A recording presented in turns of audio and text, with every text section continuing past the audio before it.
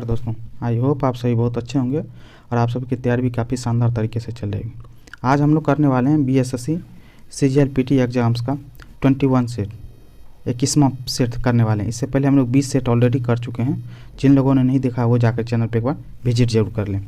ठीक है, चलिए बिना बात की देरी किए हम लोग करते हैं बीएसएससी सीजीएल-पीटी एग्जाम्स का प्रैक्टिस सेट। ठीक है, चलिए पहला क्वेश्चन, एडवोकेट जनरल क्या है? एडवोकेट जनरल अधिवक्ता के पद का उल्लेख संविधान के कौन से अनुच्छेद में किया गया?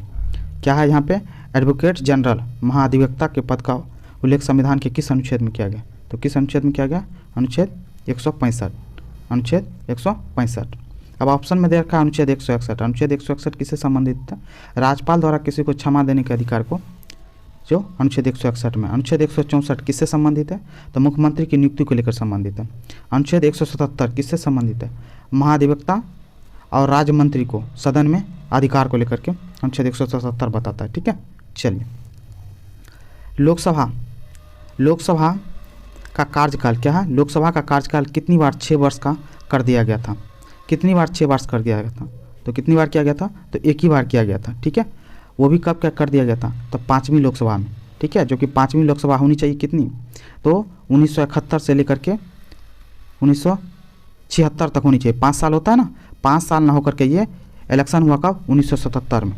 ठीक है, तो 6ठी लोकसभा जो है ना 1977 में हुआ था। 5वीं लोकसभा 5 साल ना होकर के 6 साल का हो गया था। ठीक है, एक ही बार हुआ था। कब? अब ये 42वां संविधान संशोधन के द्वारा कर दिया गया था। ठीक है, तो ये इंदिरा गांधी की सरकार थी उस टाइम में। ठीक है, चलिए बिना बात की देर के नेक्स्ट क्वेश्चन पे चलते हैं। सरकारिया क्या है? सरकारिया आयोग का गठन किस विषय पर रिपोर्ट देने के लिए किया गया था? सरकारिया आयोग का गठन किस विषय पर रिपोर्ट देने के लिए किया गया था? तो किस विषय पे? तो केंद्र और राज्य संबंध, केंद्र राज्य संबंध को लेकर के सरकारिया आयोग का गठन किया गया था। तो कब किया गया था? ये 1983 ईस्वी में। 1983 ईस्वी में सरकारिया आयोग का गठन किया गया था। ठीक है, अब इसमें है कि राम जन्मभूमि बाबरी मस्जिद विवाद, ये लिब्राहम आयोग, कौन सा? लिब्राहम, ये देख लीजिए, लिब्राहम आयोग के द्वारा ये लिब्राहम आयोग इससे संबंधित है। कावेरी विवाद जो है ना जल को लेकर विवाद है, नदी को लेकर के। किसके ये 3 स्टेट हैं, याद रख लीजिएगा, तमिलनाडु कर्नाटका केरला। ठीक है, केरला, ये 3 स्टेट और एक केंद्र शासित प्रदेश है, कौन सा? पुदुचेरी। कौन है? पुदुचेरी। ठीक है, ये याद रखिए, इन चारों के बीच में जल का विवाद है। 3 स्टेट और एक केंद्र शासित प्रदेश के बीच में कावेरी नदी का जल विवाद फैला हुआ बना हुआ है। ठीक है, चलिए अल्पविकसित देशों में क्या है? अल्पविकसित देशों में गरीबी का मुख्य कारण क्या है? अल्पविकसित देशों में गरीबी का मुख्य कारण क्या होता? तो कौन सा होता? आय में असमानता, क्योंकि कोई आदमी बहुत ज़्यादा कमा रहा है तो कोई आदमी की आमदनी बहुत कम है, तो आय में असमानता अल्पविकसित देशों में गरीबी का मुख्य कारण है। चलिए, स्वतंत्र भारत में देश की प्रथम औद्योगिक नीति क्या है? प्रथम औद्योगिक नीति की घोषणा किस वर्ष की गई? तो किस वर्ष की गई? तो की गई 1948 में। ऑप्शन बी हो गया। ठीक है, प्रथम औद्योगिक नीति। अच्छा, केंद्रीय उस समय प्रथम औद्योगिक नीति में उद्योग मंत्री कौन थे? तो श्यामा प्रसाद मुखर्जी, याद रखिएगा। और दूसरा औद्योगिक नीति कब लाया गया? तो सकर 1956 ईस्वी में। ठीक है, चलिए डैश के बाद की अवधि के दौरान खाद्यान्नों विशेषतः गेहूं के उत्पादन में बहुत वृद्धि हुई। तो कब? तो 1966 ईस्वी में। आपको पता है भारत में हरित क्रांति हुआ था। ठीक है, हरित क्रांति हुई थी कब? 1966-67 में एम एस स्वामीनाथन के द्वारा। ठीक है, हरित क्रांति 1966-67। तो ऑप्शन क्या होगा? Option D. तो भारत में हरित क्रांति के जनक किसको बुलाता है? एम एस स्वामीनाथन को। ठीक है, चलिए पद क्या है? 4th स्टेट संबंधित है, किससे संबंधित है? तो ऑप्शन डी, प्रेस से संबंधित है। आपको ही पता है भारत में 4 स्तंभ बोले, चौथे स्तंभ क्या होते हैं? पत्रकारिता को बोले तो प्रेस को बोला जाता है। 3 स्तंभ कौन कौन से हैं? तो आपको ऑलरेडी पता हो, विधायिका, कार्यपालिका और न्यायपालिका। ये तो स्तंभ हैं ही, 3 स्तंभ। चौथा स्तंभ किसको बोला गया? तो प्रेस को। अब प्रेस को बोला गया है तो प्रेस कौन से आर्टिकल से? आर्टिकल 19(1) प्रेस की स्वतंत्रता। ठीक है, आर्टिकल 19(1). ठीक है, प्रेस की स्वतंत्रता से संबंधित है। चलिए नेक्स्ट, निम्नलिखित में से किस कोटि के कामगारों को खेतीहर कहा गया? तो किस कोटि को कामगारों को खेतीहर बोला गया? तो किसको? जो दूसरे के ज़मीन पर खेती करते हैं। ऑप्शन सी, जिसको कहने का मतलब है जिसकी अपनी ज़मीन नहीं होती है, दूसरों की ज़मीन पर खेती करते हैं, उसको क्या बोलते हैं? जिसको क्या बोलते हैं, खेतिहर बोला जाता है, कामगारों को खेतिहर बोला जाता है। चलिए, IST तथा GMT में समयांतराल है। अब देखिए IST एंड GMT में समयांतराल कितना, तो कितना 5.5 घंटे का समयांतराल है। सबसे बात IST मतलब इंटरनेशनल स्टैंडर्ड टाइम, ठीक है। GMT का फुल फॉर्म क्या होता है, ग्रीनविच मीन टाइम। अब ग्रीनविच मीन टाइम की कितना, मतलब हमारे देश में ग्रीनविच मीन टाइम कितने डिग्री का है, तो याद रखिए 82.5 डिग्री 30 मिनट। कितना है, 82.5 डिग्री 30 मिनट, ठीक है। तो ये हमारे देश के कहाँ, पूर्वी देशांतर में कहाँ से, मतलब इलाहाबाद के नैनी से गुजरता है, इलाहाबाद के नैनी से गुजरता है, ये याद रखिएगा।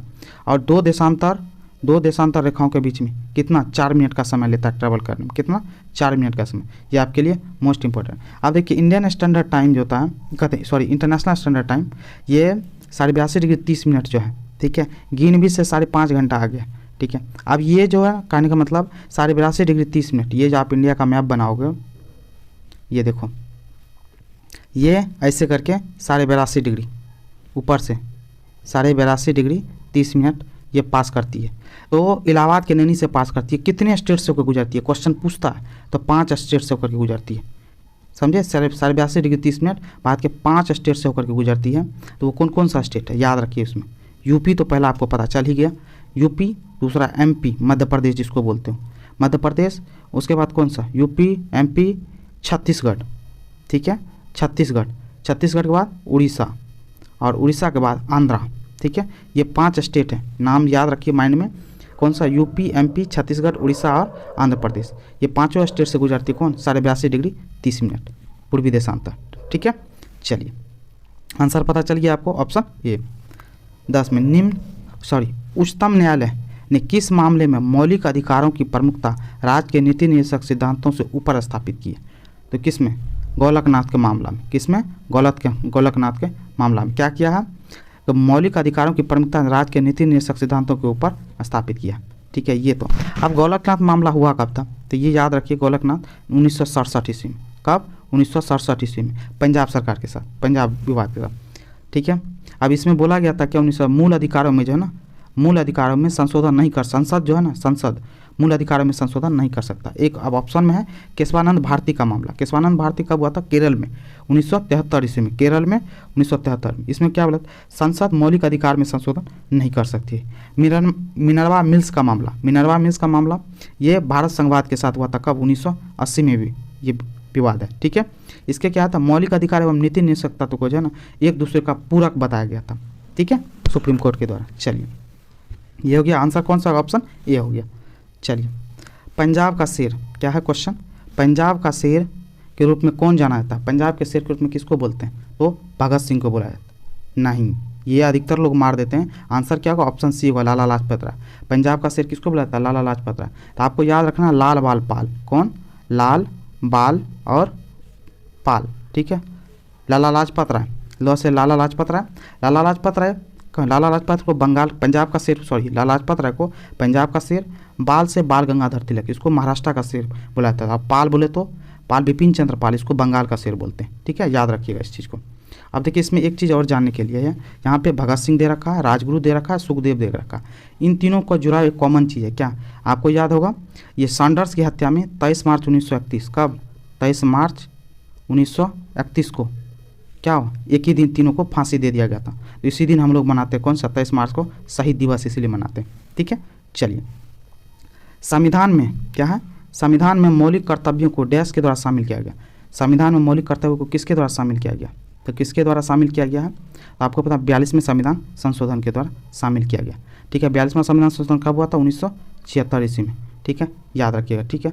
और कौन सा, भाग 4 कौन जोड़ा गया था, भाग 4 समझे, भाग 4 को और 51 को, आर्टिकल 51 को, तो इसके तहत जोड़ा गया था, ठीक है। मौलिक कर्तव्य को केवल 10 ही मौलिक कर्तव्य यहाँ जोड़े गए थे, लेकिन 11वां मौलिक कर्तव्य 86वां संविधान संशोधन के द्वारा, ठीक है, 86वां संविधान संशोधन 2002 के द्वारा जोड़ा गया था 11वां मौलिक कर्तव्य, ठीक है। चलिए लोकसभा में अविश्वास प्रस्ताव क्या है, लोकसभा में अविश्वास प्रस्ताव प्रस्तुत करने के लिए कम से कम कितने सदस्यों का समर्थन चाहिए, कम से कम 50 सदस्यों का समर्थन चाहिए होता है, ठीक है, इस चीज़ को याद रखिए। और सबसे पहला अविश्वास शब्द आया यहाँ पे, अविश्वास प्रस्ताव, तो फर्स्ट टाइम अविश्वास प्रस्ताव किसने किया था, तो 1963 ईस्वी में सबसे पहले भारत में अविश्वास प्रस्ताव लाया गया था, किसके विरुद्ध, नेहरू जी के विरुद्ध कौन लाया था? जेबी कृपलानी ने। किसने? जेबी कृपलानी जी ने नेहरू मतलब पंडित जवाहरलाल नेहरू के खिलाफ लाया था 1963 ईस्वी में। चलिए, भारत में उच्चतम न्यायालय के न्यायाधीश के रूप में नियुक्ति के लिए निम्नलिखित में कौन सा अर्हता अनिवार्य नहीं है? कहने का मतलब अनिवार्य नहीं, भारत का तो नागरिक होना ही चाहिए। इसमें आयु कम से कम 35 वर्ष होनी चाहिए, नहीं ऐसा कोई है नहीं। तो क्या हो जाएगा ऑप्शन बी हो जाएगा। क्या पूछा? अनिवार्य नहीं है, तो ये ऑप्शन बी अनिवार्य नहीं है। अब बाकी पढ़ लेते हैं। एक या अधिक उच्च न्यायालय में कम से कम 10 वर्ष तक का एडवोकेट के रूप में प्रैक्टिस कर चुका हो, एकदम सही बात है। और प्रतिष्ठित विधिवेता होना चाहिए, एकदम सही बात है। तो क्या होगा? ऑप्शन बी, ये 35 वर्ष होना अनिवार्य नहीं है। आर्यों का भारत में प्रथम अस्थायी आवास था। आर्यों का भारत में प्रथम अस्थायी आवास था कौन था? पंजाब था। कौन सा था? पंजाब था। उपनिषद पुस्तकें हैं। उपनिषद पुस्तकें क्या है? तो उपनिषद पुस्तक दर्शन से जुड़ा हुआ है, ठीक है। उपनिषद पुस्तकें कितने? 108, याद रखिएगा, 108 हैं उपनिषद पुस्तकें, ठीक है। इस चीज़ को दिमाग में रखिएगा, उपनिषद पुस्तकें के लोग दर्शन से जुड़ा हुआ है, ठीक है। चलिए, नेसेट क्या है? नेसेट किस देश की संसद का नाम है? अब पूछ लिया कि नेसेट किस देश की संसद का नाम है, तो किस देश की संसद का नाम? तो इजराइल का, ठीक है। किसका? इजराइल का। अब इजराइल का तो क्या, स्पेन की संसद को क्या बोलते हैं? तो कार्टेस बोलते हैं, देख लीजिए, कार्टेस बोलते हैं किसको? स्पेन की संसद को। ताइवान की संसद को युआन बोलते हैं, क्या बोलते हैं? युआन बोलते हैं, ठीक है। मंगोलिया की संसद को क्या बोला जाता है? द स्टेट ग्रेट खुराल, द स्टेट ग्रेट खुराल बोला जाता है मंगोलिया की संसद को। चलिए, अब क्या नेक्स्ट क्वेश्चन? नेक्स्ट क्वेश्चन बोल रहा है केंद्रीय योजना के मसौदे को अंततः कौन अनुमोदित करता है? तो कौन अनुमोदित करता है? तो राष्ट्रीय विकास परिषद अनुमोदित करता है, ऑप्शन बी हो गया। अब इसके अध्यक्ष कौन होते हैं? इसके अध्यक्ष होते हैं प्रधानमंत्री। कौन होते हैं? प्रधानमंत्री, पीएम साहब होते हैं अपने देश के, ठीक है। योजना आयोग, योजना आयोग यहाँ ऑप्शन में देखें तो योजना आयोग कौन है? इसकी स्थापना 1950 ईस्वी में हुई थी, ठीक है, योजना आयोग की। और इसको बदल दिया गया किसके जगह? नीति आयोग। अब योजना आयोग की जगह क्या आ गया? नीति आयोग आ गया, ठीक है, जो कि आया कब? 2015 ईस्वी में, ठीक है। कब? 2015 में। चलिए, कोई अर्थव्यवस्था टेकअप अवस्था में होती है जब, टेकअप अवस्था में कब होगी? तो आपको ही पता है टेकअप अवस्था में कब होगी कोई भी अर्थव्यवस्था? तो जब वो क्या होगा? तो स्थैतिक विकास प्रारंभ होगा। जब स्थैतिक विकास प्रारंभ होगा तो कोई भी अर्थव्यवस्था टेकअप अवस्था में होती है, ठीक है। चलिए, आप देखिए, इसमें कोई अर्थव्यवस्था टेकअप अवस्था में है, इसको बोला कौन था? तो वाल्ट व्हिटमैन रोस्टोव ने बोला था। ये मॉडल किसका बनाया हुआ था? तो वाल्ट व्हिटमैन, लिख ही देते हैं, आपको पढ़ लीजिए, वाल्ट व्हिटमैन ने, वाल्ट व्हिटमैन, ये अर्थशास्त्री हैं। रोस्टोव, ठीक है, ये अर्थशास्त्री है। 1960 ईस्वी में इन्होंने ये कथन दिया था, ठीक है। अर्थव्यवस्था टेकअप होती है तो कौन? स्थैतिक विकास का प्रारंभ, ठीक है। चलिए, विश्व खुशहाली रिपोर्ट क्या है? विश्व खुशहाली रिपोर्ट 2022 में भारत का स्थान कौन सा? तो भारत का स्थान कौन सा? 136वां है। अब विश्व खुशहाली रिपोर्ट ये चीज़ है, तो जारी कौन करता है? तो याद रखिए, विश्व खुशहाली रिपोर्ट जारी करने वाला, जारी कौन करता है? संयुक्त राष्ट्र सतत विकास समाधान नेटवर्क करता है, ठीक है, याद रखिए। अब भारत का स्थान 136वां, तो पहला रैंक किसका? पहला स्थान किसका है?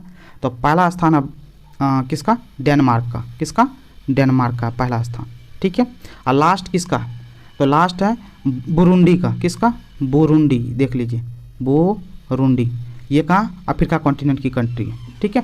इसका स्थान क्या है? 156, 156वां स्थान। चलिए, अब है क्वेश्चन, नेक्स्ट क्वेश्चन है यूरोप तथा अफ्रीका को कौन सी जल संधि पृथक करती है? यूरोप और अफ्रीका को कौन सी जल संधि पृथक करती है? तो कौन? जिब्राल्टर की जल संधि, ठीक है। यूरोप में, अब यूरोप और अफ्रीका की जल संधि, तो यूरोप से कौन सा कंट्री है जो टच करता है? तो यूरोप का स्पेन, और अफ्रीका का कौन सा?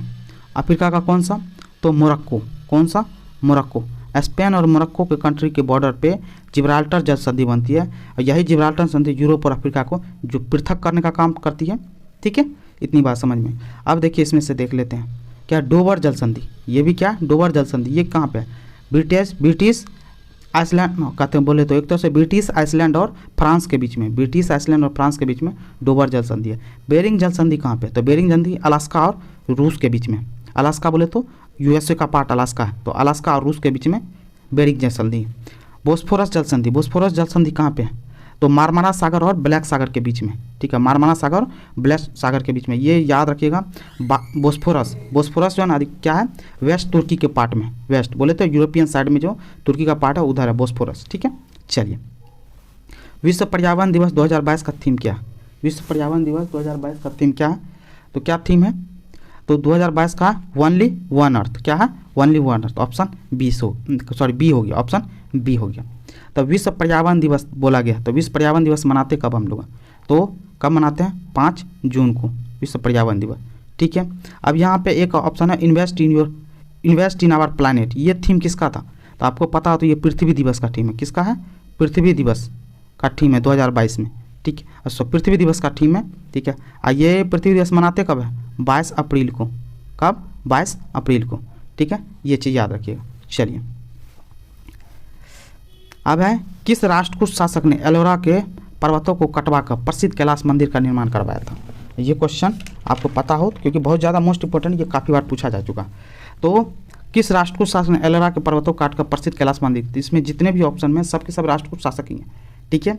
तो किसने बनाया था? तो कृष्ण प्रथम ने क्या कैलाश मंदिर का निर्माण करवाया था, ठीक है। या कैलाश मंदिर आप देखिए एलिफेंटा का भी निर्माण हुआ, ये एलिफेंटा महाराष्ट्र में, ठीक है। तो ये भी याद रखिए, पर्वतों को काट करके कृष्ण प्रथम ने बनवाया था कौन सा? तो प्रसिद्ध कैलाश मंदिर का। ऑप्शन तो ये पता है। अब देखिए दंती दुर्ग कौन है? तो दंती दुर्ग कौन है? ये संस्थापक है, कहने मतलब राष्ट्रकूट वंश की स्थापना किसने? दंती दुर्ग ने किया था, ठीक है, 753 ईस्वी में। याद रखिएगा इस चीज़ को, ठीक है। बाकी सबके सब क्या राष्ट्रकूट वंश से ही संबंधित हैं।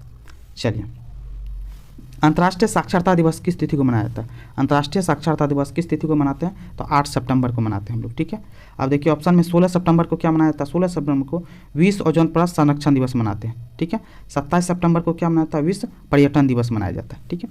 चलिए नेक्स्ट क्वेश्चन, भारत की पंचवर्षीय योजना डैश में प्रचलित योजनाओं के आधार पर तैयार की गई केंद्रीकृत आर्थिक और सामाजिक विकास के कार्यक्रम थी।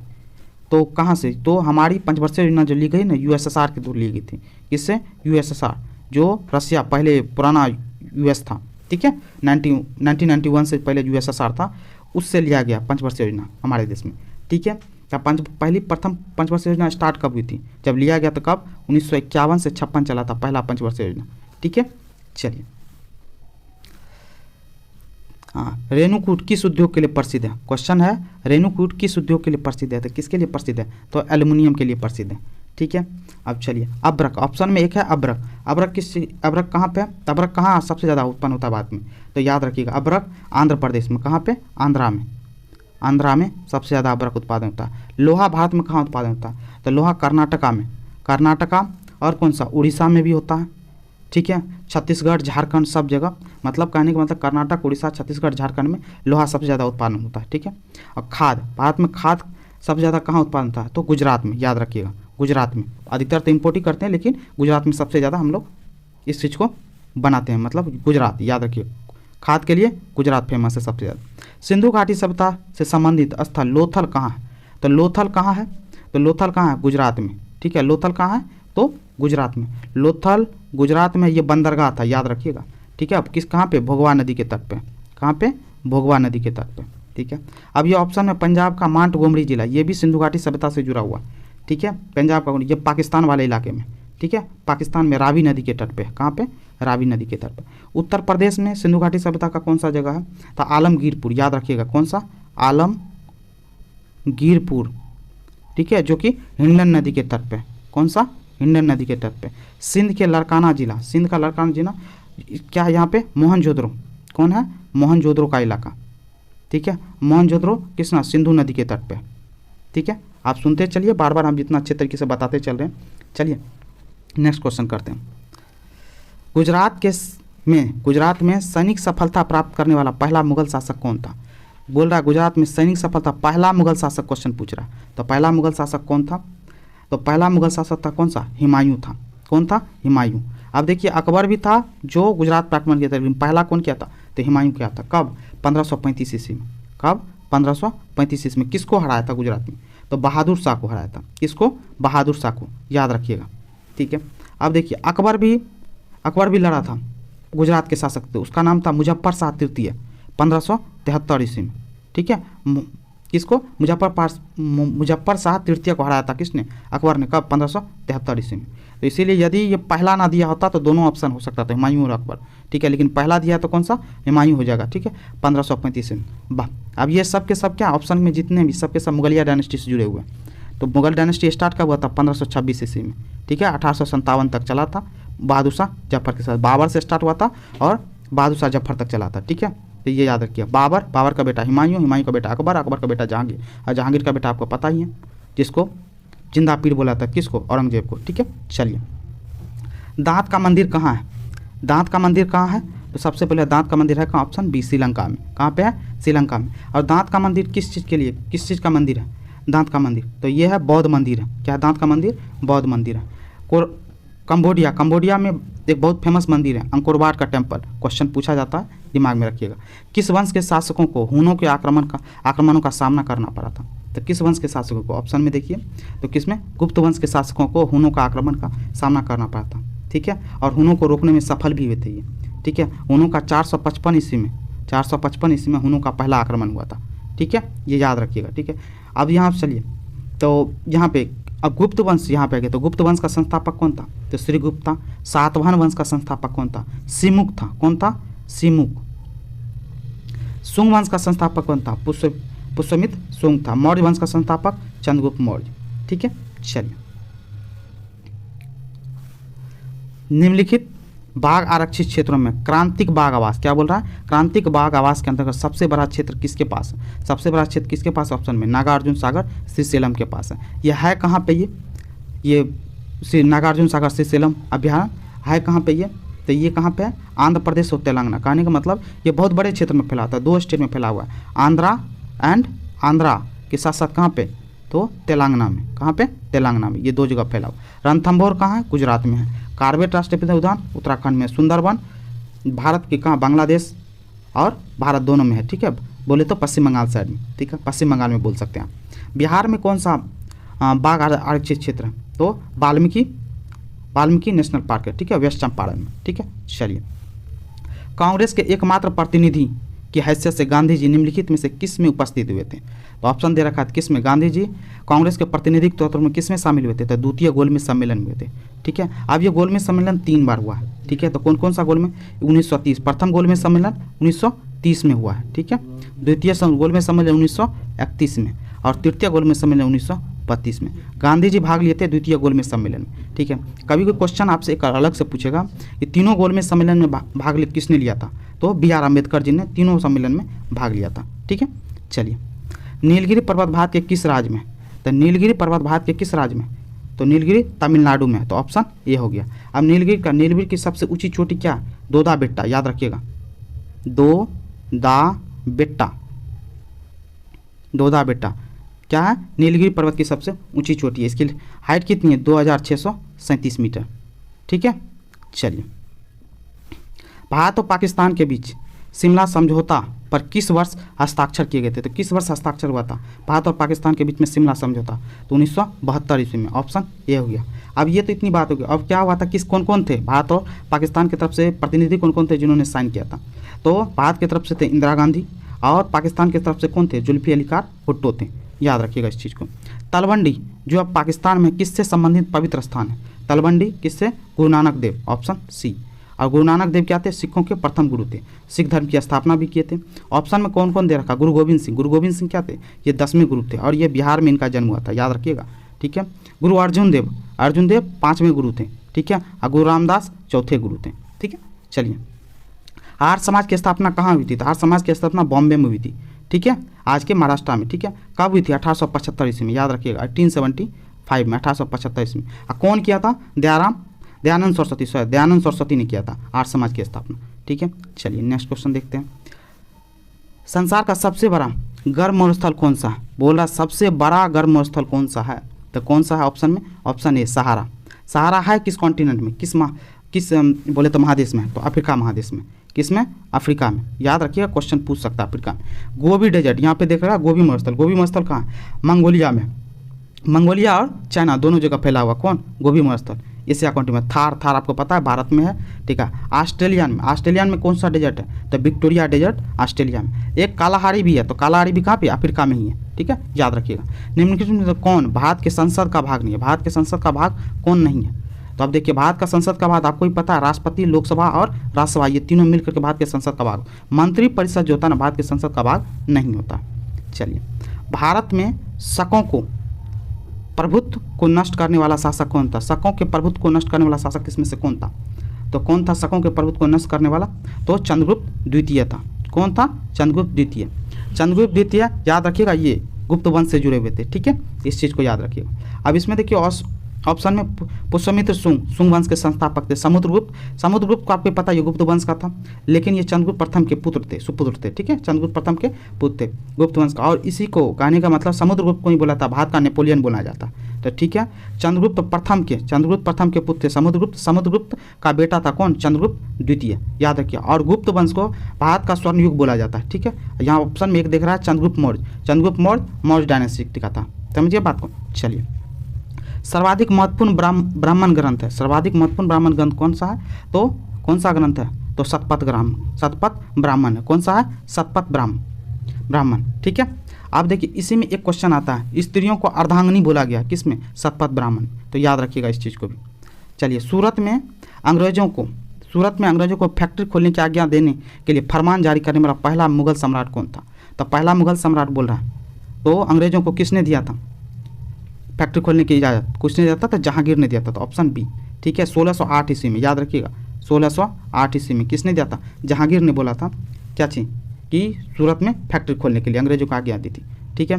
अब इसमें देखिए आपको सीरियली ये सब के सब मुगलिया डायनेस्टी जुड़े हुए हैं। अकबर का बेटा जहांगीर, जहांगीर का बेटा शाहजहां, शाहजहां का बेटा औरंगजेब, ठीक है। अब देखिए, स्वर्ण ट्रांस, रिजर्व ट्रांस निर्दिष्ट करता है, क्या चीज़ निर्दिष्ट करता है? तो क्या निर्दिष्ट करता है? IMF द्वारा इसके सदस्यों को प्रदत्त एक साख प्रणाली को निर्दिष्ट करता है, क्या? स्वर्ण ट्रांस। चलिए, किस कंपनी को फीफा विश्व कप 2022 का आधिकारिक स्पॉन्सर चुना गया? तो किस कंपनी को चुना गया? तो किसको चुना गया है? तो आपको ही पता है कौन सा? तो बायजूस है, ये बायजूस है, ठीक है। और पता है बायजूस क्या है?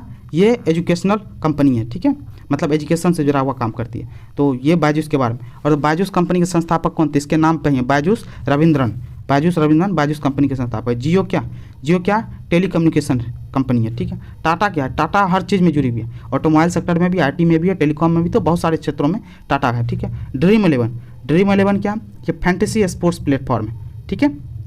चलिए, हैवलॉक द्वीप का नाम बदलकर क्या रखा गया? हैवलॉक द्वीप का नाम का बदल कर क्या रखा गया? स्वराज द्वीप। चलिए, 94वां ऑस्कर पुरस्कार 2022 में बेस्ट एक्टर का अवार्ड किन्हें दिया गया? तो बेस्ट एक्टर का अवार्ड किसको मिला? 94 तो विल स्मिथ को मिला। तो विल स्मिथ तो यहाँ तो पता चल गया। चलिए, विल स्मिथ को किस फिल्म के लिए मिला?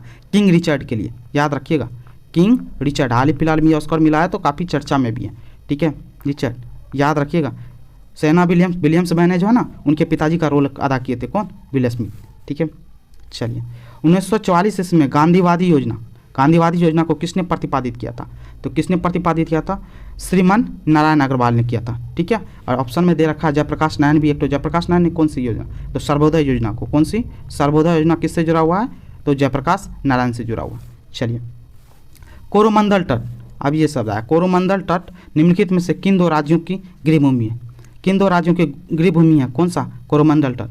तो कोरोमंडल किसका? तमिलनाडु और आंध्र प्रदेश का है। तो ऑप्शन डी हो गया, कोरोमंडल तट। अब देखिए, भारत का ये वाला पार्ट आप हमेशा दिमाग में रखा कीजिए, यहाँ से क्वेश्चन हमेशा बनते हैं। तो ये देखिए, यहाँ पे नीचे में है, यहाँ केरला, इसके ऊपर में कर्नाटका। केरला और कर्नाटका के बीच को हम लोग बोलते हैं कौन सा? केरला और कर्नाटका के वाले पार्ट को क्या बोलते हैं? इसको बोलते हैं मालाबार, ठीक है। केरला वाले को बोलते हैं मालाबार, क्या बोलते हैं? मालाबार तट, ठीक है। और यहाँ से देख लीजिए, यहाँ से गोवा, कर्नाटक और महाराष्ट्र, यहाँ से कर्नाटक, यहाँ से छोटा सा गोवा, महाराष्ट्र, इस तीनों वाले पार्ट को बोले तो महाराष्ट्र, गोवा और कर्नाटक को क्या बोलते हैं हम लोग? कोंकण तट। क्या बोलते हैं? कोंकण तट, याद रखिएगा। गुजरात वाले को क्या बोलते हैं? काठियावाड़ तट, ठीक है। इस साइड में देखिए, इस साइड तमिलनाडु और आंध्र प्रदेश, इस वाले भाग को हम लोग क्या बोलते हैं? तो इसी को बोलते हैं हम लोग कोरोमंडल तट। क्या बोलते हैं? कोरोमंडल तट, याद रखिएगा, क्वेश्चन बार बार पूछता।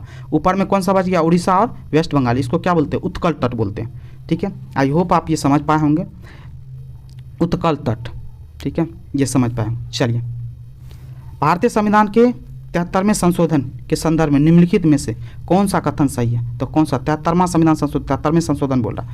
तो इसमें पंचायतों को स्वशासन की संस्था स्वीकार किया गया, तो एकदम सही हो। शहरी निकाय नहीं, शहरी स्थानीय निकाय को 74वां संविधान संशोधन था, ठीक है, जिसके अंदर 18 कार्यक्षेत्र जोड़े गए थे, जबकि 73वां संविधान संशोधन के द्वारा पंचायती राज को कितना 29 कार्यक्षेत्र जोड़े गए थे। तो क्या होगा ऑप्शन? केवल एक, ऑप्शन सी हो जाएगा। चलिए, वर्ष 2022 का क्या है? वर्ष 2022 का सरस्वती सम्मान किसे दिया गया? तो किसको दिया गया? प्रोफेसर रामदरस मिश्र को दिया गया, तो ऑप्शन सी हो गया। अब देखिए इसमें से महाश्वेता देवी ऑप्शन में दे रखा है, तो महाश्वेता देवी क्या? ज्ञानपीठ पुरस्कार मिला हुआ इसको 1996 में ज्ञानपीठ पुरस्कार सम्मानित है। कौन? महाश्वेता देवी, ऑथर हैं ये, ठीक है। चेतन भगत भी ऑथर हैं, नॉवेल लिखते हैं, ठीक है, तो ये आपको पता है। ममता कालिया ये भी ऑथर हैं। जम्मू कश्मीर और लद्दाख 2 केंद्र शासित राज्य कब बने थे? तो जम्मू कश्मीर और लद्दाख को केंद्र शासित राज्य कब बनाया गया? तो 31 अक्टूबर 2019 को, ऑप्शन सी। चलिए, जो पदार्थ जल के संपर्क में आने पर तत्काल कोलाइडी विलयन बना लेता है उसे क्या कहते हैं? उसे क्या कहते हैं? जलरागी कोलाइडी बोलते हैं। क्या बोलते हैं? जलरागी कोलाइडी। वाह्य अंतरिक्ष में किसी अंतरिक्ष यात्री को आकाश दिखाई देता है, क्या दिखाई देगा? तो उसको दिखाएगा अंतरिक्ष काला दिखाई देगा, ठीक है, ठीक है। अबिंदुकता क्या है? अबिंदुकता का दोष दूर करने के लिए निम्नलिखित में से किस लेंस का प्रयोग करना चाहिए? तो अबिंदुकता के दोष को दूर करने के लिए कौन सी लेंस का इस्तेमाल करना चाहिए? तो सिलिंड्रिकल लेंस। कौन सा? सिलिंड्रिकल लेंस का इस्तेमाल होना चाहिए। अवतल लेंस का इस्तेमाल किसके लिए होगा? ऑप्शन में दे रखा अवतल लेंस। अवतल लेंस निकट दृष्टि दोष, याद रखिएगा। उत्तल लेंस का इस्तेमाल दूर दृष्टि के लिए। दुफोक्सी लेंस का इस्तेमाल किस चीज़ के लिए करेंगे? जरा दृष्टि दोष के लिए, ठीक है। चलिए, एक दूसरे से डी दूरी पर स्थित कैपिटल एम और स्मॉल एम द्रव्यमान वाली दो वस्तुओं के बीच लगने वाला आकर्षण बल डैश के वित्तकर्मानुपाती। क्या बोल रहा है? वित्तकर्मानुपाती। इसका फॉर्मूला आपको पता होगा, capital G capital M small M upon D square. तो अब इसको देख लीजिए, आपको क्या बोल रहा है? ये डी के बल को बोल रहा है वस्तुओं की दूरी। डी क्या है? दूरी का स्क्वायर। तो क्या है ये? एफ क्या है? इन्वर्सली प्रोपोर्शनल बोले तो वित्तकर्मानुपाती है किसका? डी का। तो इसमें से कौन सा आंसर हो जाएगा आपको पता? तो ऑप्शन पी। उनके बीच की दूरी क्या होगा? दूरी के वर्ग का क्या है? डी स्क्वायर है, ठीक है। चलिए, पहले तापयनिक बल का आविष्कार किया था किसने? तो बल का आविष्कार किसने किया था? तो थॉमस एडिसन ने, ठीक है, थॉमस एडिसन। टिटिकम एस्टिवम इनमें से किसका वैज्ञानिक नाम है? तो किसका वैज्ञानिक नाम है? तो किसका वैज्ञानिक नाम? तो गेहूं का। किसका है? तो गेहूं का। मानव को क्या बोलते हैं? मानव का वैज्ञानिक नाम क्या होता है? होमो सेपियंस। क्या होता है? होमो सेपियंस। आम को क्या बोलते हैं? Mangifera indica. चलिए, फॉर्मल्डिहाइड और पोटेशियम हाइड्रोक्साइड को गर्म करने पर हम पाते हैं क्या मिलता है उसको? फॉर्मल्डिहाइड और पोटेशियम हाइड्रोक्साइड को गर्म करने पर क्या पाया जाता है उसमें? तो एथिल फॉर्मेट। क्या? Option D. शरीर रचना विज्ञान का अध्ययन कहलाता। शरीर रचना विज्ञान का अध्ययन क्या कहलाता? तो क्या कहलाता है? तो एनाटोमी बोला जाता है। क्या बोला जाता है? एनाटोमी बोला जाता है। ऑर्थोलॉजी किसको? जोड़ों के अध्ययन को बोलते हैं। किसको? जोड़ों के अध्ययन को। एंथोलॉजी क्या बोलते हैं? पुष्पों के अध्ययन को बोलते हैं, ठीक है। चलिए, कौन सी बीमारी सबसे तीव्र गति से फैलती है? तो ऑप्शन के हिसाब से सबसे तीव्र गति से फैलने वाला बीमारी कौन है? तो प्लेग, ऑप्शन बी प्लेग जीवाणु द्वारा होता है। कोड किसके द्वारा होता है? तो बैक्टीरिया द्वारा होता है। मलेरिया प्लाज्मोडियम परजीवी के द्वारा फैलता है, ठीक है। प्लाइमिलिटिस ये वायरस द्वारा फैलता है। प्रोटोप्लाज्म शब्द किसने गढ़ा? तो किसने गढ़ा था? तो जोहान इवेंजिलिस्ट पुरकिंजे ने गढ़ा था, ठीक है। चलिए, नींद न आने के लिए प्रयुक्त डॉक्टरी शब्द क्या? नींद न आने के लिए डॉक्टरी शब्द क्या बोला जाता है? तो नींद न आने के लिए बोलता है इंसोनिमिया। क्या बोलते हैं? इंसोनिमिया बोलते हैं उसको, ठीक है। यक्ष्मा रोग पैदा करने वाला कारक कौन है? तो यक्ष्मा रोग किसके द्वारा? तो माइकोबैक्टीरियम द्वारा पैदा होता है, ठीक है। चलिए, आहार नाल के किस भाग में प्रोटीन्स का अमीनो अम्लों में निम्नलिखित बोले तो डिग्रेडेशन होता है? तो किस में होता है? तो आपको पता, तो किस में? छोटी आंत में होता है। इसमें छोटी आंत। रुधिर कैंसर का दूसरा नाम क्या है? तो ल्यूकीमिया बोला जाता है। क्या बोलता है? रुधिर कैंसर को ल्यूकीमिया बोला जाता है। चॉकलेट स्वास्थ्य के लिए हानिकारक हो सकते हैं क्योंकि उनमें डैश की मात्रा अत्यधिक होती है। चॉकलेट में किसकी मात्रा सबसे ज़्यादा होता है? तो निकेल की मात्रा होती है, जो कि स्वास्थ्य के लिए हानिकारक हो सकता है। चलिए, अतिचालक वे तत्व हैं। अतिचालक कौन सा तत्व है? तो ऑप्शन में क्या होगा? जिनके प्रतिरोध बहुत न्यून तापमान पर लगभग शून्य हो जाते हैं। प्रतिरोध जो है ना न्यूनतम तापमान पर क्या हो जाए? शून्य हो जाए, वो अतिचालक होते हैं। ठीक है। चलिए, एक ध्वनि का तरंग की आवृत्ति क्या है 50 हर्ट्ज और इनकी तरंग दैर्ध्य 4 मीटर है। तो ध्वनि तरंग की चाल क्या होगी? आपको ध्वनि तरंग की चाल की परिभाषा तो आपको ऑलरेडी पता होगा, क्या होगा? आवृत्ति इंटू तरंग दैर्ध्य। आवृत्ति दे रखा है आपको 50 इंटू तरंग दैर्ध्य क्या है 4, 5 का 20, 200 मीटर पर सेकंड। ऑप्शन ए हो गया। दौड़ के धावक का गुरुत्व केंद्र होता है। दौड़ के धावक का गुरुत्व केंद्र कहाँ होता है? तो दौड़ के धावक का गुरुत्व केंद्र कहाँ होता है? तो शरीर के मध्य में होता है। ऑप्शन सी हो गया। चलिए, रासायनिक रूप से मिल्क ऑफ मैग्नीशिया, ठीक है, मिल्क ऑफ मैग्नीशिया क्या होता है? तो मिल्क ऑफ मैग्नीशिया होता क्या है? तो मैग्नीशियम हाइड्रोक्साइड को मिल्क ऑफ मैग्नीशिया बोलते हैं। मैग्नीशियम क्या है? मैग्नीशियम एक मिश्र धातु है। मैग्नीशियम किसका मिश्र धातु है? तो एल्युमिनियम और मैग्नीशियम का, एल्युमिनियम और मैग्नीशियम का मिश्र धातु है। कौन? मैग्नीशियम। चलिए, आँख का वह कौन सा भाग है जिसमें वर्णक जो होता है ना, वर्णक होता है जो किसी व्यक्ति की आंखों का रंग निश्चित करता है। व्यक्ति की आंखों का रंग कौन निश्चित करता है? तो कौन करता है? आइरिस, जिसको परितारिका भी बोलते हैं, आइरिस को, ठीक है। चलिए, इलेक्ट्रॉन सूक्ष्मदर्शी के माध्यम से, इलेक्ट्रॉन सूक्ष्मदर्शी के माध्यम से क्या देखा जाता है? तो क्या देखा जाता है? तो जीवाणु तथा विषाणुओं की संरचना को देखा जाता है, ठीक है। चलिए, निम्नलिखित में से कौन सा तत्व समूह के समान वर्ग से संबंधित है? बोले तो समान वर्ग से समूह से संबंधित कौन सा तत्व है इसमें? तो कौन सा तत्व है इसमें? तो ऑप्शन सी, लिथियम, सोडियम और पोटेशियम, ठीक है। समूह 1A से संबंधित है। किससे? 1A से संबंधित है। चलिए, वह उपकरण कौन सा है जिसमें समुद्रों की गहराई को मापने के लिए ध्वनि तरंगों का प्रयोग किया जाता है? कौन सा? सोनार का इस्तेमाल करते हैं हम लोग, ठीक है। ये थे टोटल आपके 21 प्रैक्टिस सेट नंबर का। आई होप ये पसंद आया होगा। पसंद आया होगा तो प्लीज़ करके लाइक, कमेंट एंड शेयर करें और चैनल को सब्सक्राइब जरूर कर लें। Thank you so much.